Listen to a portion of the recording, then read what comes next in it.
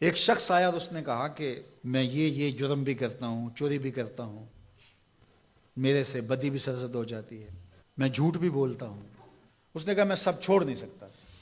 تو میرے آقا نے فرمایا کہ تو جھوٹ چھوڑ دے، میرے سے وعدہ کر کہ تو نے جھوٹ نہیں بولنا۔ اس نے کہا ٹھیک ہے، اس چیز کا میں وعدہ کر لیتا ہوں۔ اس کا یہ مطلب نہیں ہے کہ باقی چیزوں کی اجازت اللہ کے محبوب نے دے دی۔ یہ حضور کی تربیت کا طریقہ تھا، مربی کو پتہ ہے کس طرح تربیت کرنی۔ ایک صاحب آئے، اس نے کہا حضور میں اسلام تو قبول کرتا ہوں لیکن نمازیں 5 نہیں پڑھ سکتا، نمازیں 2 پڑھوں گا۔ مسند امام احمد بن حنبل میں روایت ہے۔ تو آقا کریم نے فرمایا ٹھیک ہے، 2 نمازوں پر اس کو بیعت کر لیا۔ اس نے جب 2 پڑھی، اس نے کہا میں تو تہجد بھی پڑھوں گا۔ 2 نمازوں کا چسکا اور 2 نمازوں کی لذت آئی تو اس نے کہا میں باقی 3 کیوں چھوڑوں۔ تو یہ طریقہ تھا، تو اس سے یہ عہد لیا کہ تم نے جھوٹ نہیں بولنا۔ اب جب چوری کو جی چاہا، ماحول پیدا ہوا، تو سوچا کہ اللہ کے رسول نے اگر یہ پوچھ لیا کہ چوری کی تو حضور سے یہ تو عہد ہے جھوٹ نہیں بولنا، تو پھر حضور کو بتانا پڑے گا کہ میں نے چوری کی ہے، تو یہ تو حضور کے سامنے شرمندگی ہوگی۔ چوری چھوڑ دی۔ پھر کہا کہ جب بدی کو جی چاہا، طبیعت میں غلبہ ہوا گناہ کا، تو پھر سوچا کہ اگر رسول اللہ نے پوچھ لیا تو جھوٹ تو بولنا نہیں، تو پھر حضور کے سامنے شرمندگی ہوگی، کیا بتاؤں گا حضور کو۔ برائی بھی چھوڑ دی۔ شرمندگی کسی کے سامنے نہ ہو، یہ حیا ہے۔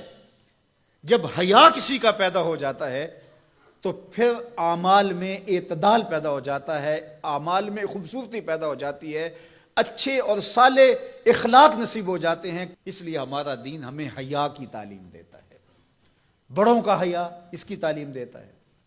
حضرت عبداللہ بن عمر رضی اللہ تعالیٰ عنہ فرماتے ہیں کہ مجمع صحابہ تھا، حضور تشریف فرما تھے۔ آقا کریم نے فرمایا کوئی ایسا درخت بھی ہے جو مسلمان جیسا ہو؟ تو کہتے ہیں میرے ذہن میں کھجور آئی، میرے ذہن میں کھجور کا درخت آیا کہ وہ خزاں میں بھی نہیں مرجھاتا، پھل بھی دیتا ہے۔ لیکن میں نے دیکھا کہ حضرت ابو بکر خاموش بیٹھے ہیں، حضرت عمر خاموش بیٹھے ہیں، انہوں نے کوئی جواب نہیں دیا۔ ان کا حیا کرتے ہوئے میں نے بھی جواب نہیں دیا۔ بعد میں حضور نے فرمایا کہ کھجور کا درخت ہے۔ کہتے ہیں میرے دل میں بھی یہی تھا اور میں بولنا چاہتا تھا، لیکن ان بڑوں کا حیا کرتے ہوئے، میں چھوٹی عمر کا تھا، میں نہیں بولا۔ یہ ہمیں بڑوں کا ادب، بڑوں کی تعظیم، بڑوں کی حیا کا سبق دیا گیا ہے، درس دیا گیا ہے، یہ ہمیں سکھایا گیا، یہ ہمیں بتایا گیا، یہ ہماری زندگی کا حصہ ہے۔ حتیٰ کہ حیا تو چھوٹوں سے بھی کیا جاتا ہے۔ بہت سارے ایسے کام ہیں چھوٹے بچوں کے سامنے جائز بھی ہوں تو ہم نہیں کرتے، کہ یہ بچوں کے سامنے کہنے کی بات نہیں ہے، یہ بچوں کے سامنے کرنے کا کام نہیں ہے۔ جائز امور بھی ماں باپ کے سامنے، بڑوں کے سامنے نہیں کیے جاتے۔ تو یہ آداب میں سے ہے۔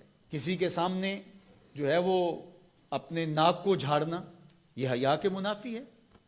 کسی کے سامنے زور زور سے کھانسنا، اگر اس طرح کی ضرورت ہو تو آپ باہر اٹھ کے چلے جائیں یا اس آواز کو دبانے کی کوشش میں لگے رہیں۔ اس طرح خروج ری ہے، بندہ مجبور ہو جائے تو الگ بات ہے، ورنہ حیا کا تقاضا یہ ہے کہ مجلس کے اندر موجودگی میں اس سے گریز کیا جائے، حتیٰ کہ اس کی سمیل پھیلے اور دوسروں کو تکلیف پہنچے، یہ بھی حیا کے منافی ہے۔